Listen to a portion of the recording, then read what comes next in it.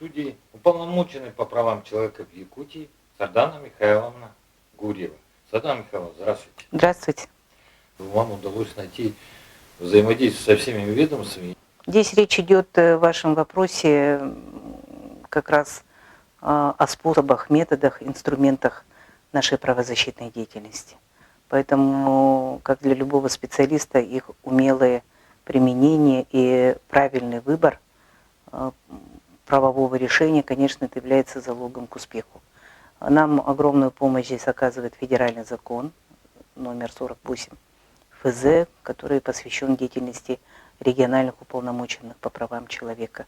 Действительно, не подменяем компетентные органы, мы даем соответствующий сигнал, что вот, уважаемые коллеги, в этом вопросе нужна помощь, данному гражданину нужна помощь, пожалуйста, обратите особое внимание, потому как, согласно закону, ведь написано о том, что гражданин к нам обращается, когда он уже исчерпал все возможные способы обращения во все инстанции, не нашел решения, и вот приходит уже потом, в конце к нам.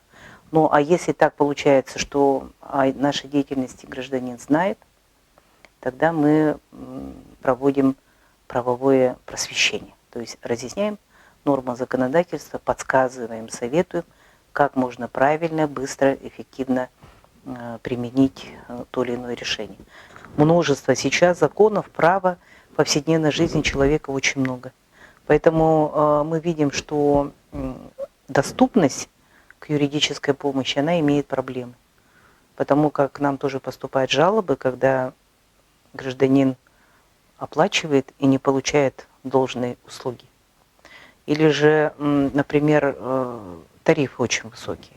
Государство подумало, заботилось тем, что все-таки возможно, опять же, силами адвокатского профессионального сообщества внедрить такой механизм, как бесплатная юридическая помощь. И данный вопрос был рассмотрен на самом высшем уровне у президента Российской Федерации. Насколько я владею информацией, сейчас прорабатывается вопрос, чтобы все-таки в субъектах Российской Федерации именно создавались государственные юридические бюро. Это именно в отношении тех категорий граждан, которые являются социально незащищенными и которые не могут оплачивать такие услуги. По этому поводу рассматривались вопросы на прошедших 3 съездах юристов республики, которые объединяют все юридическое сообщество, то есть формирование юридического быта, если не мы, то кто. Якутия не может быть отсталой юридической окраиной. Это достаточно сейчас актуальные вопросы. В деятельности Государственного правозащитного института есть разный набор способов, инструментов. И, конечно, здесь ключевую роль тоже играет соглашение. Мы заключаем соглашение с МВД по Республике Саха-Якутия, с прокуратурой Республики, Управлением Федеральной службы судебных приставов. На днях заключили соглашение с военным прокурором Якутского гарнизона. Поэтому соглашения позволяют наибыстрым образом добиваться эффекта в нашей работе, проводить совместные приемы и комплексно подходить к решению вопросов, которые волнуют каждого человека.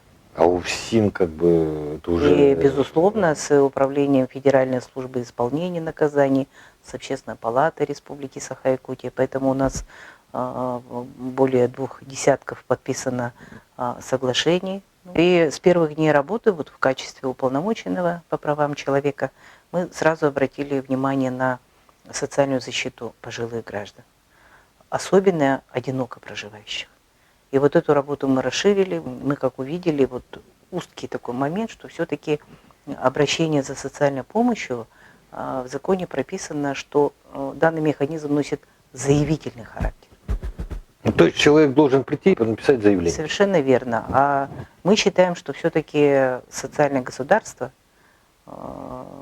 может идти по принципу, когда заботится о пожилых, забота о пожилых граждан. Поэтому руководством республики было дано задание Министерству труда и социального развития, чтобы не ждать, пока граждане обратятся, а самим в инициативном порядке находить таких граждан и оказывать социальную помощь через участковых уполномоченных. То есть был внесен нами специальный доклад в парламент республики, и мы до сих пор работу ведем. Эта система работает социальной помощи в республике, она имеет хорошие глубокие традиции, корни работает. Но где вот точечные такие вопросы, значит, конечно, здесь мы видим через принятие сигналов на нашу горячую линию. Поэтому здесь мы уже не делим, кто первый, кто последний, сразу мы даем сигнал в адрес Министерства труда и социального развития. В практике мы увидели, конечно, что людям, находящимся в трудной жизненной ситуации, оставшимся без жилья, работы, нужна системная помощь. Государство их никогда не оставляло, но вместе с тем проблема она до конца не решается. И с учетом того, что все больше и больше механизмов сейчас есть поддержки со стороны государства социально ориентированных некоммерческих организаций, через грантовую поддержку, как раз эта работа стала усиливаться. И что районы тоже берут пример, разрабатывают муниципальные программы поддержки социально ориентированных НКО. Как раз и в городе Нерюнгри есть даже без грантовой поддержки. Есть такие граждане, которые годами скромно очень сидят, работают и помогают людям, вот, которые оказались на улице. Поэтому с точки зрения комплексного подхода к решению вопроса, конечно, мы с участниками увидели, что все-таки нужен закон. Потому что закон человека, гражданина, его права защищает. Акция «Путь дом» уже показала, что действительно у приезжих из районов, и они попадают в силу определенных обстоятельств в сложную жизненную ситуацию, и благодаря вам удалось наладить различные пути от землячих до глав районов и каким-то образом помогают этим людям. Механизмы выработаны, и мы бы, спасибо парламенту, предложение поддержано, создана рабочая группа, и разрабатываются 2 законопроекта, которые как раз направлены на решение вот социальных вопросов бездомных и на ресоциализацию лиц, которые отбыли наказание в местах лишения свободы. И неужели это тоже обсуждалось вот на съезде уполномоченных недавно? Недавно прошел Всероссийский координационный совет российских уполномоченных по правам человека, где был рассмотрен один из важнейших вопросов – это обеспечение, защита жилищных прав граждан. Выступали правительство Российской Федерации, компетентные министерства, профильный комитет Государственной Думы Федерального собрания в лице заместителя председателя комитета ЖКХ. И со стороны уполномоченных подняты вопросы по очередям, значит, по жилым помещениям по договорам социального найма, потому что там практически движение-то оно ничтожное, надо сказать. Эта проблема тоже она характерная для всей России. Возможно ли принятие какой-то там отдельных механизмов, инструментов. Есть понятие в жилищном кодексе заключения договоров социального найма, а жилья не хватает. Или маневренный жилищный фонд, мы с вами знаем. И на примере города Якутска, да и других районов мы тоже проводили мониторинг. Маневренного жилья катастрофически не хватает.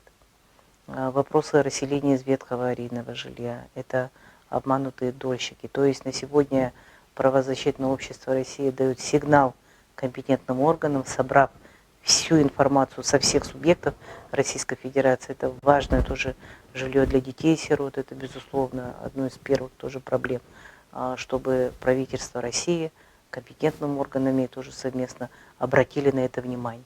Потому как на сегодня разные решения принимаются, но мы как раз-то еще показываем, где еще нужны усилия органов власти. И движение определенно есть, мы видим, что правительством республики принимаются очень серьезные реальные меры по восстановлению нарушенных прав. И в законодательстве уже сейчас есть отдельные механизмы превентивного характера. Я бы хотела здесь заострить внимание, что у нас есть в республике проблема строительства как раз обмана со стороны тех, которые, как говорят, жилищно-строительные кооперативы, вот так называемые. Это имеется в виду ИЖС, когда строят дом, да? И мы предложили парламенту республики все-таки изучить данный вопрос, поскольку проблема уже, к сожалению, приобретает системный характер. Те, которые нарушают права граждан, обещают построить и не строят, а потом мы уже, как говорится, получаем большие проблемы. В Хангаласском районе к нам было такое обращение. Значит, мы совместно с правительством республики, Министерством сельского хозяйства и администрацией Хангаласского района решали вопрос трудно. Вот, мы содействовали со своей стороны, насколько можем. Ходила, смотрела, дома построены. Но это примеры, скорее всего, единицы таких вот жилищно-строительных кооперативов, которые до конца доводят строительство дома. Вот год прошел, да? Есть какие-то новые, так скажем, что-то изменилось в нашем праве? Или все-таки стало нам лучше? Или наоборот, сложнее? Я хотела отметить, что у наших граждан самое главное сохраняется надежда. Надежда на, что пандемия закончится.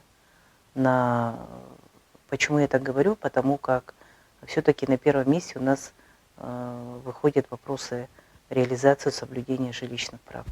Это говорит о том, что люди думают о будущем своих детей, о решении социальных вопросов. Вот простой пример. Недавно провели правовой марафон для пенсионеров и бесплатные юридические консультации совместно с юристами. И скажу, что там много было вопросов, которые касаются по медико-социальной экспертизе, по вопросам защиты прав инвалидов, по жилищным вопросам, по даже признанию гражданина банкротом. То есть это вопросы, которые жизненные и носят постоянный характер. И вот мне самое главное кажется, что сегодня в людях сохраняется надежда. А это очень важно. То есть позитивный настрой сегодня на то, что жизнь будет улучшаться. Мы это видим в конкретных обращениях граждан и в общении с ними. Спасибо вам.